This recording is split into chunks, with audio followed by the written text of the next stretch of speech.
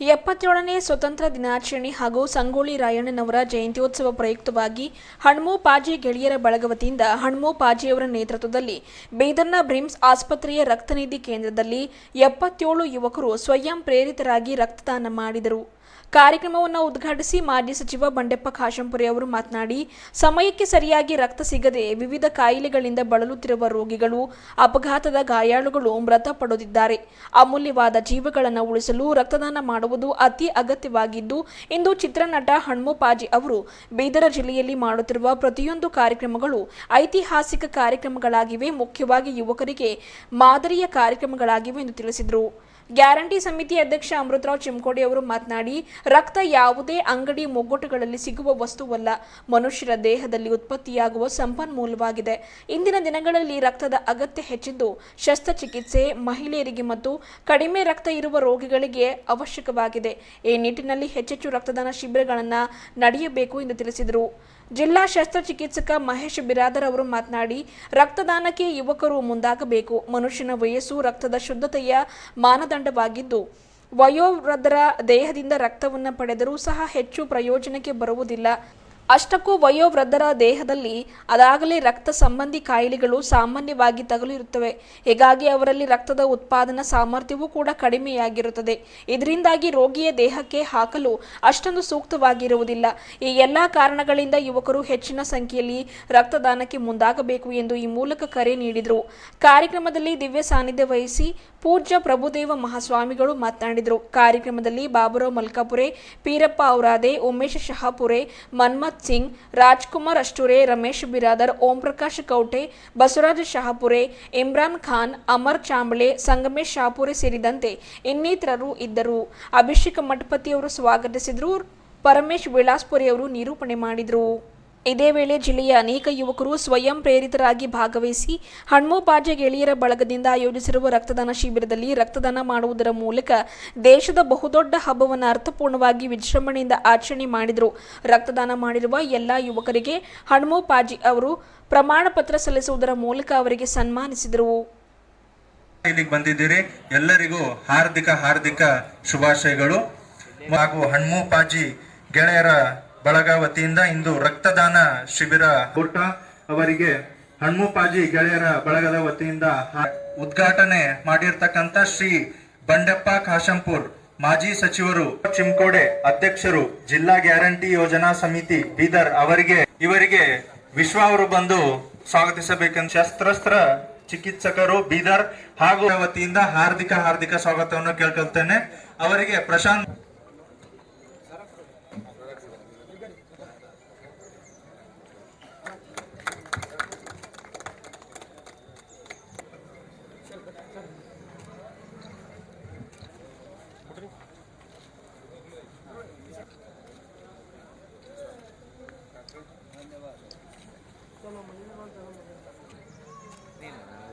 ಆದರೆ ಇದು 15 ಆಗಸ್ಟ್ ಸ್ವತಂತ್ರ ದಿನಾಚರಣೆ ಏನಿದೆ, ಇದು ರಾಷ್ಟ್ರ ಹಬ್ಬ. ಇದು ಹಾಗಾಗಿ 78ನೇ ಸ್ವತಂತ್ರ ದಿನಾಚರಣೆದ ಎಲ್ಲರಿಗೆ ಹಾರ್ದಿಕ ಶುಭಾಶಯಗಳು ಕೋರುತ್ತೇನೆ. ಹಾಗೆ ಇವತ್ತು ನೋಡ್ರಿ ಹೆಂಗಿದೆ ಅಂತಂದರೆ, ಬ್ರಿಟಿಷರ ವಿರುದ್ಧವಾಗಿ ತೊಡೆ ತಟ್ಟಿ ಆ ಕಾಲದಲ್ಲಿ ಸಂಗೊಳ್ಳಿ ರಾಯಣ್ಣ ನಿಂತು ಇಡೀ ಇತಿಹಾಸ ರಚಿಸಿ ಮತ್ತು ಅವ್ರದ್ದು ಹೆಂಗದ ಹಿಸ್ಟ್ರಿ ಅಂತಂದರೆ, ಅವ್ರದ್ದು ಜನ್ಮದಿನ 15 ಆಗಸ್ಟ್. ಆಯ್ಕೆ ಅಂದರೆ ಅವ್ರಿಗೇನು ಗಲ್ಲಿಗೆ ಏರಿಸ್ತಾರ, ಹುತಾತ್ಮರಾಗ್ತಾರ, ಅವತ್ತು 26 ಜನವರಿ. ಗೊತ್ತಾಯ್ತಾ? ಹಂಗ ನನಗನ್ಸ್ಮಟ್ಟಿಗೆ ಇಂಥ ಒಂದು ಮಹಾನ್ ದಿನಗಳು ನಮ್ಗೆ ಗೊತ್ತಾಯ್ತ. 15 ಆಗಸ್ಟ್ 26 ಜನ ಅಂಥ 2 ದಿವಸ ಸಂಗೊಳ್ಳಿ ರಾಯಣ್ಣವರಿಗೆ ಸಂಬಂಧಪಟ್ಟಿನ ದಿನಗಳವ. ಹಾಗಾಗಿ ಇವತ್ತೇನು ಹಣ್ಮು ಪಾಜಿ ಅವರೆಲ್ಲ ಬೆಳಗ್ಗೆ ಬಳಗ ಸೇರಿ ಇವತ್ತೇನು ಒಂದು ಬ್ಲಡ್ ಕ್ಯಾಂಪ್ ಮಾಡ್ತಾಯಿದ್ರಿ. ಮೊಟ್ಟ ಮೊದಲು ನಾನು ತಮಗೆಲ್ಲರಿಗೆ ಸಂಗೊಳ್ಳಿ ರಾಯಣ್ಣಂದು ಜನ್ಮದಿನದ ಹಾರ್ದಿಕ ಶುಭಾಶಯಗಳು ಕೋರುತ್ತೇನೆ. ಹಾಗೆ ಇವತ್ತು ಇವತ್ತು ಒಳ್ಳೆ ರೀತಿಯಿಂದ ತಾವು ಮಾಡಿದ್ರಿ. ಅವ್ರು ಹೇಳ್ದಾಗ ನಮ್ಮ ನಿರೂಪಕರು ಹೇಳಿದ್ರಲ್ಲ, ಎಲ್ಲಕ್ಕಿಂತ ಅಭಿಷೇಕ ಎಲ್ಲಕ್ಕಿಂತ ಶ್ರೇಷ್ಠ ದಾನದಲ್ಲಿ ರಕ್ತದಾನ ಬರುತ್ತೆ. ಯಾಕಂದ್ರೆ ತಮ್ಮ ಇದರಿಂದ ಶರೀರದಿಂದ ಎಷ್ಟು 30 ml 300 ml ಅಲ್ರಿ ಡಾಕ್ಟ್ರೆ? ಎಷ್ಟು 350 ml ರಕ್ತ ಏನದಲ್ಲ, ಇನ್ನೊಬ್ಬರು ಜೀವ ಉಳಿಸ್ಲಕ್ಕ ಇದು ಕೂಡ. ಹಾಗಾಗಿ ಯಾರ್ಯಾರು ಇವತ್ತು ಆ ಒಂದು ರಕ್ತದಾನ ಶಿಬಿರದಲ್ಲಿ ತಾವು ಪಾರ್ಟಿಸಿಪೇಟ್ ಮಾಡಕ್ಕೆ ಬಂದು ರಕ್ತದಾನ ಮಾಡತ್ರಿ, ತಮಗೆಲ್ಲರಿಗೆ ತಾಯಿ ಭವಾನಿ ಮಾತಾ ಎಲ್ಲರೂ ನಿಮಗೇನದಲ್ಲ ಒಳ್ಳೇದು ಮಾಡಲಿ, ಮುಂದೆ ನಿಮಗೆ ಮತ್ತೆ ಎಲ್ಲ ರೀತಿಯಿಂದ ಬರ್ಕತ್ತಾಗಲಿ ಅಂತೇಳಿ ಆ ತಾಯಿ ಹತ್ರ ನಾನು ಪ್ರಾರ್ಥನೆ ಮಾಡ್ತೀನಿ.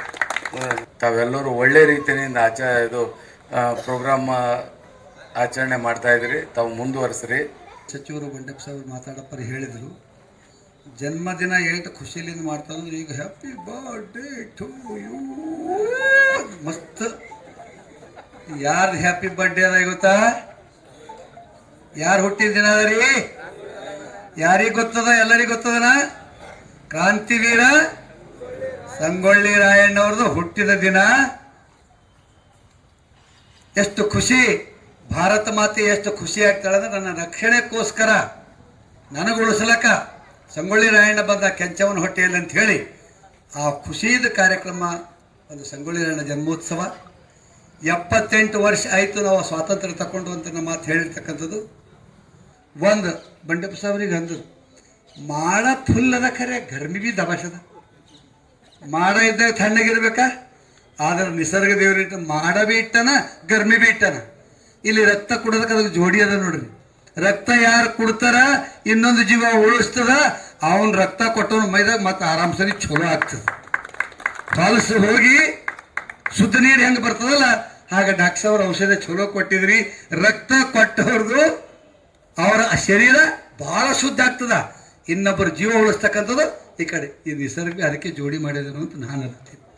ठंडगिर्ಬೇಕು, ठंडा तो है मगर बादल तो छागे लेकिन गर्मी तो बरोबर है. खून किसी को देता है तो उनका दूसरे का जीवन बचाते और उनका शरीर अच्छा ताकतवर बनता. ಇದು ನಮ್ಮ ಜೀವನದಾಗ ಎಲ್ಲೆಲ್ಲಿ ಕ್ಷೇತ್ರ ಬರ್ತೇವಲ್ಲ ಮಾಡೋದ್ರ ಮುಖಾಂತರ ನಮಗೆ ಥೋಡೆ ಬೇರೆ ರಕ್ತ ಹೋಯ್ತಲೋ ಅಂತಂತಿರ್ಬೇಕು. ರಕ್ತ ಹೋಗಿರ್ಬೇಕಾರೆ ಇನ್ನೊಬ್ಬರ ಜೀವ ಉಳಿಸಿದೆವು. ಹಾಗೆ ನಮ್ಮ ಕೆಲಸಗಳಲ್ಲಿ ನಾವು ಮಾಡೋ ಕೆಲಸದಿಂದ ಥೋಡೆ ನುಕ್ಸಾನ ಬಂದಿರ್ಬಿ ಸಹಿತ ಹೆಚ್ಚಿಗೆ ಅನುಕೂಲ ಆಗೋ ರೀತಿಯಲ್ಲಿ ಕಲ್ಕೊಡ್ರಿ ಅಂತಕ್ಕಂಥದ್ದು ಪಾಠ ಇದು ಅದ. ಅದಕ್ಕಾಗಿ ಎಲ್ಲಕ್ಕ ದೊಡ್ಡ ಇಲಾಖೆ ಆರೋಗ್ಯ ಇಲಾಖೆ 3 ಅಕ್ಷರ ಕಡೆ 3 ಕಾರ್ಯಕ್ರಮ ಮಾಡ್ಯಾನ. ಭಾಳ ಚೆನ್ನಾಗಿ ಕಾರ್ಯಕ್ರಮ ಮಾಡ್ತಿದ್ದಾನೆ. ಈ ಒಳ್ಳೆ ಹೆಸರು ಮಾಡ್ಕೊಂಬದ, ಹೆಸರು ಚಲೋ ಇರ್ತದ, ಕೆಲಸ ಮಾಡಿದ್ಮೇಲೆ ಹೆಸರು ಉಳಿತದ. ಆ ನಿಟ್ಟಿನಲ್ಲಿ ನಾವೆಲ್ಲರೂ ಪ್ರೇರಣೆ ತಗೊಂಡು ನಮ್ಮ ಲೆವೆಲ್ದಲ್ಲಿ ನಾವು ಮಾಡ್ತಕ್ಕಂಥ ಕೆಲಸದಲ್ಲಿ ನಾವು ಒಳ್ಳೆ ಹೆಸರು ಬರ್ತಕ್ಕಂಥ ಪ್ರಯತ್ನ ಮಾಡೋರಂತ ಹೇಳ್ತಾ ಭಾರತ ಮಾತೆಯಲ್ಲಿ ನಾನು ಪ್ರಾರ್ಥನೆ ಮಾಡಿ ಗುರುಗಳಿಗೆಲ್ಲ ಮತ್ತೊಂದು ಸಲ ಪಾದಕ್ಕೆ ನಮಸ್ಕಾರ ಮಾಡಿ ಎಲ್ಲರಿಗೆ ಸಹಿತ ಶುಭಾಶಯ ಸಂದರ್ಭ ಹೇಳಿ ನನ್ನ ಮಾತಿಗೆ ವಿರಾಮ ಕೊಡ್ತಾ ಇದ್ದೇನೆ. ಜೈ ಭಾರತ್, ಜೈ ಕರ್ನಾಟಕ, ಧನ್ಯವಾದಗಳು, ನಮಸ್ಕಾರ. ಅವಾಗವಾಗ ಅವರು ಇಂಥ ಒಂದು ಸಾಮಾಜಿಕ ಕಾರ್ಯ ಮಾಡ್ತಾನೆ ಬರ್ತಾ ಇದ್ದಾರೆ. ನಿಜಕ್ಕೂ ಅವರ ಒಂದು ಕಾರ್ಯಕ್ಕೆ ಅತ್ಯಂತ ಯಶಸ್ವಿ ಸಿಗಲಿ ಅಂತ ಶುಭವನ್ನು ಕೋರ್ತಾ, ಇವತ್ತಿನ ದಿವಸ ನಮ್ಮ ಕ್ರಾಂತಿವೀರ ಸಂಗೊಳ್ಳಿ ರಾಯಣ್ಣವರವರ ಜಯಂತಿ ಉತ್ಸವ ಮತ್ತು ಸ್ವಾತಂತ್ರ್ಯೋತ್ಸವದ ದಿವಸ ಈ ಒಂದು ರಕ್ತದಾನ ಶಿಬಿರವನ್ನು ಹಮ್ಮಿಕೊಂಡಿರ್ತಕ್ಕಂಥದ್ದು ನಿಜಕ್ಕೂ ಶ್ಲಾಘನೀಯವಾಗಿರ್ತಕ್ಕಂಥ ಕಾರ್ಯ. ಯಾಕಂತಂದರೆ ಕ್ರಾಂತಿವೀರ ಸಂಗೊಳ್ಳಿ ರಾಯಣ್ಣರವರು ನಮ್ಮ ಕಿತ್ತೂರಿನ ಸೇನಾಧಿಪತಿಗಳಾಗಿರ್ತಾರೆ. ಅವರು ಪ್ರಪ್ರಥಮ ಬಾರಿಗೆ ಗೆರಿಲ್ಲಾ ಯುದ್ಧ ಮಾಡುವ ಮುಖಾಂತರ ಬ್ರಿಟಿಷರನ್ನು ಹಿಮ್ಮೆಟ್ಟಿಸ್ತಾರೆ. ಅವರಿಗೆ 1831ರಲ್ಲಿ ಬ್ರಿಟಿಷರು ಏನು ಮಾಡ್ತಾರೆ, ಅವರಿಗೆ ಗಲ್ಲಿಗೆ ಏರಿಸ್ತಾರೆ. ಇವತ್ತು ನಾವು ನೋಡ್ಬೋದು, ಇವತ್ತು ನಮ್ಮ ಭಾರತದ ಧ್ವಜ ಹಾರ್ತಾ ಇದೆ ಅಂತಂದರೆ ಕೇವಲ ಚಲಿಸ್ತಕ್ಕಂಥ ಗಾಳಿಯಿಂದ ಮಾತ್ರ ಅಲ್ಲ, ಚಲಿಸ್ತಕ್ಕಂಥ ಗಾಳಿಯಿಂದ ನಮ್ಮ ಧ್ವಜ ಹಾರಾಡ್ತಾ ಇಲ್ಲ, ಬದಲಾಗಿ ಸಂಗೊಳ್ಳಿ ರಾಯಣ್ಣರಂತಹ ಸ್ವಾತಂತ್ರ್ಯ ಹೋರಾಟಗಾರರು, ವೀರ ಯೋಧರ ಮತ್ತು ಸೈನಿಕರ ಕೊನೆ ಉಸಿರಿನಿಂದ ಇವತ್ತು ನಮ್ಮ ಧ್ವಜ ಹಾರಾಡ್ತಾ ಇದೆ ಅಂತಕ್ಕಂಥದ್ದು ನಾವೆಲ್ಲರೂ ತಿಳ್ಕೊಳ್ಬೇಕಾಗಿದೆ. ಅದಕ್ಕಾಗಿ ಬಹಳ ಮಹತ್ವಪೂರ್ಣವಾಗಿರ್ತಕ್ಕಂಥ ದಿವಸ. ಅದಕ್ಕಾಗಿ ನಾವು ಮತ್ತೊಬ್ಬರಿಗೆ ಜೀವದಾನ ಅಂತಂದರೆ ನಾವು ಯಾರು ಜೀವ ಕೊಡ್ಲಿಕ್ಕಾಗಲ್ಲ. ಆದರೆ ನಾವು ಮಾಡ್ತಕ್ಕಂಥ ರಕ್ತದಾನದ ಮುಖಾಂತರ ಮತ್ತೊಬ್ಬರ ಜೀವನ ಉಳಿಸ್ಲಿಕ್ಕೆ ಸಾಧ್ಯ ಇದೆ. ನಾವು ಅಂಗದಾನಗಳನ್ನು ಮಾಡೋದ್ರ ಮುಖಾಂತರ, ಕಿಡ್ನಿ ದಾನ ಇರ್ಬೋದು, ಲಿವರ್ ಇರ್ಬೋದು, ಇಂಥ ಅಂಗದಾನಗಳು ಮಾಡೋದ್ರ ಮುಖಾಂತರ ನೇತ್ರದಾನ ಮಾಡೋ ಮುಖಾಂತರ ನಾವು ಮತ್ತೊಬ್ಬರಿಗೆ ದೃಷ್ಟಿ ಕೊಡ್ಬೋದು. ಅಂಗದಾನ ಮಾಡೋ ಮುಖಾಂತರ ನಾವೇನಂತಂದ್ರೆ ಮತ್ತೊಬ್ಬರಿಗೆ ಜೀವವನ್ನು ಕೊಡ್ಬೋದು. ರಕ್ತದಾನ ಮಾಡೋ ಮುಖಾಂತರ ಕೂಡ ನಾವು ಮತ್ತೊಬ್ಬರಿಗೆ ಜೀವವನ್ನು ಕೊಡ್ಲಿಕ್ಕೆ ಸಾಧ್ಯ ಆಗ್ತದೆ. ಅದಕ್ಕಾಗಿ ಬಹಳ ಮಹತ್ವಪೂರ್ಣವಾಗಿರ್ತಕ್ಕಂಥ ಕಾರ್ಯಕ್ರಮ. ಎಲ್ಲ ಯುವಕರು ಇವತ್ತು ರಕ್ತದಾನ ಮಾಡಲಿಕ್ಕೆ ಮುಂದೆ ಬರಬೇಕು. 18 ವರ್ಷ ಮೇಲ್ಪಟ್ಟು 60 ವರ್ಷದ ಒಳಗಿನ ಎಲ್ಲರೂ ಕೂಡ ರಕ್ತದಾನವನ್ನು ಮಾಡಬಹುದಾಗಿದೆ. ಆ ರಕ್ತದಾನ ಮಾಡಲಿಕ್ಕೆ ಆ ಒಂದು ಪರ್ಸೆಂಟೇಜ್, ಹಿಮೋಗ್ಲೋಬಿನ್ ಪರ್ಸೆಂಟೇಜ್ 12.5ಕ್ಕಿಂತ ಜಾಸ್ತಿ ಇರಬೇಕು. ಮತ್ತೆ ಈ ರಕ್ತದಾನ ಮಾಡೋದ್ರಿಂದ ಬಹಳಷ್ಟು ಜನರು ಏನ್ ತಿಳ್ಕೊಳ್ತಾರೆ ಅಂದ್ರೆ, ಅಪನಂಬಿಕೆ ಏನಿದೆ ಅಂದ್ರೆ ನಮಗೆ ವೀಕ್ನೆಸ್ ಆಗ್ತದ, ನಾವು ರಕ್ತ ಯಾಕೆ ಕೊಡಬೇಕು, ಅದರಿಂದ ವೀಕ್ನೆಸ್ ಆಗ್ತದೆ ಅಂತಕ್ಕಂಥ ಅಪನಂಬಿಕೆ ಬಹಳಷ್ಟು ಜನರಲ್ಲಿದೆ. ಬದಲಾಗಿ ನಮಗೆ ಅಡ್ವಾಂಟೇಜ್ ಅಂದ್ರೆ ಅದರಿಂದ ಲಾಭ ಜಾಸ್ತಿ ಇದೆ. ನಮ್ಮ ರಕ್ತದಲ್ಲಿರ್ತಕ್ಕಂಥ ಕೊಲೆಸ್ಟ್ರಾಲ್ ಪ್ರಮಾಣ ಕಡಿಮೆ ಆಗ್ತದೆ, ನಮ್ಮ ದೇಹದ ತೂಕ ಕಡಿಮೆ ಆಗ್ತದೆ, ಮತ್ತೆ ನಮಗೆ ಬರ್ತಕ್ಕಂಥ ಹೃದಯ ಕಾಯಿಲೆ ಕೂಡ ತಡಿತಕ್ಕಂಥ ಶಕ್ತಿ ರಕ್ತದಾನಕ್ಕಿದೆ. ಜೊತೆಗೆ ಡಯಾಬಿಟಿಸ್ ಅಂತ ಸಾಂಕ್ರಾಮಿಕ ರೋಗವನ್ನು ತಡಿತಕ್ಕಂಥ ಶಕ್ತಿ ಕೂಡ ರಕ್ತದಾನದಲ್ಲಿದೆ ಅಂತಕ್ಕಂಥ ನಾವೆಲ್ಲರೂ ತಿಳ್ಕೊಳ್ಬೇಕು. ಅದಕ್ಕಾಗಿ ರಕ್ತದಾನ ಮಾಡೋದ್ರಿಂದ ಯಾವುದೇ ಅಸಕ್ತಿ ಆಗೋದಿಲ್ಲ, ಬದಲಾಗಿ ಅದರಿಂದ ಹೊಸ ರಕ್ತ ನಮ್ಮಲ್ಲಿ. ಒಂದು ಶ್ರೀಮಂತ, ಅಗರ್ಭ ಶ್ರೀಮಂತ, ಬೇಕಾದಷ್ಟು ಹಣ ಇರ್ತಕ್ಕಂಥವನು, ಒಬ್ನೇ ಮಗ, ಅವನಿಗೆ ಹಳ್ಳಿ ಜೀವನ ಅಂದ್ರೆ ಏನು ಅಂತ ತಿಳಿಸ್ಬೇಕಂತ ಮನಸ್ಸಾಗ್ತದೆ. ತನ್ನ ಶ್ರೀಮಂತಿಕೆಯಲ್ಲಿ ಮಗನಿಗೆ ಬಹಳ ಪ್ರೀತಿಯಿಂದ ಸಾಕಿನಿ, ಹಳ್ಳಿದವ್ರು ಎಷ್ಟು ಬಡವರು ಇರ್ತಾರ, ಅವ್ರ ಜೀವನ ಹೆಂಗಿರ್ತದೆ ಅಂತ ತಿಳಿಸ್ಬೇಕಂತ ತನ್ನ ನೆಂಟರ ಮನೆಗೆ ಹೋಗಿ ಮಗನಿಗೆ ಬಿಡ್ತಾನೆ. ಆ ಮಗು ಸುಮಾರು 1 ತಿಂಗಳಲ್ಲಿ ಇರ್ತದೆ.